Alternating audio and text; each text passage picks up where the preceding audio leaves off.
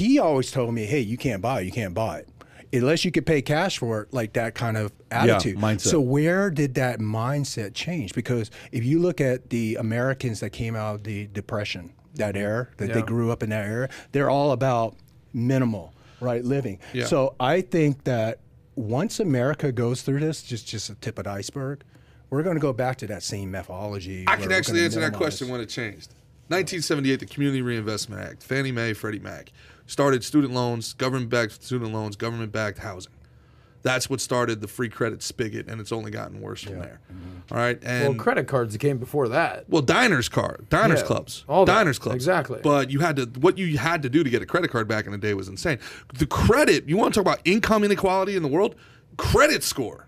You know, nobody ever talks about this ever. You've never seen anybody march against credit, right? Isn't that crazy? Nobody's ever marched against Visa. Nobody's ever marched against MasterCard. There's never been a Occupy Discover. Credit score is the largest wealth disparity in the world. The wealthier you are, the more access to funds you have. If you're not wealthy, or if you've struggled and you need the money, they won't give it to you. But, you know, listen, part of that also, it's really, really genius. It's really genius why they went to education first, especially when you look at the fact that they got rid of, like scores to get into higher education. Now that there's no testing in a lot of high schools, they're getting rid of the SAT.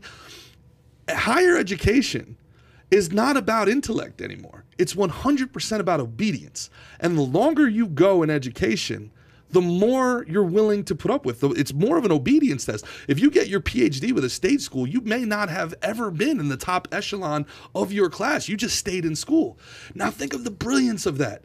The brilliance of having people literally pay to do work instead of getting paid to do work for 10 years. And our society looks at them as if they're the valiant.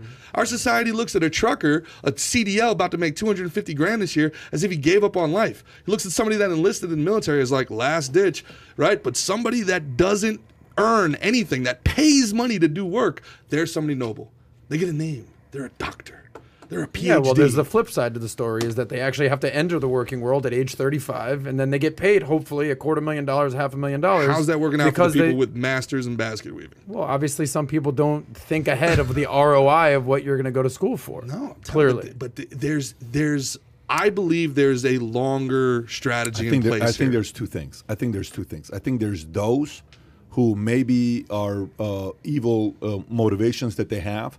Let's just say there's a group like that. I think it's a very small community. I don't think it's as big of a community as you think it is. It's a small community, but they got a lot of power. Man. Yeah, no, I'm not disagreeing. I'm just telling you it's a very small community that is actually trying to do that to ruin the westernized philosophy, capitalism, the rich, all that other stuff. I think there's a flip side of it where sometimes you do something in your life and you didn't count all the possibilities of negative things that could happen to you, and you're going to pay some consequences, suffer some consequences. And that's what's happening right now. Today's a byproduct of bad policies. Today's a bad byproduct of, falling for the trap of let's keep giving people free money. Today's a byproduct of getting people not to go to work and say, no, they need 3 more months. They need 6 more months. Keep sending them money. Keep sending them money. We're talking about this right now, and our transportation czar is at home. Yeah, 2 month paternity leave. Paternity leave. 2 month paternity leave, which, anyways, 2 month paternity leave. Is what they're going through while we're going through. You just had a baby. Did you take paternity leave? Then the day I had it, I was working. But that's a different story. I don't have the luxury of being an educated, smart guy like Pete. You know, I don't have the fancy degrees. It's very true. Yeah, it's very true. I don't have that luxury. Anyways, going back to it. Byproduct, bad policies. Manipulators behind closed doors, sure, small community. Bad policies would produce this kind of a environment that we currently have. I don't hate the manipulators, Pat. I gotta be honest. That's their job. This is what they want to do, right? They want to take over the world. They want fair. Okay, that's what they want. Who I actually hate's a strong word. Who I really blame. I blame the useful idiot. I blame the person that goes along with the manipulators because they just want to fit in.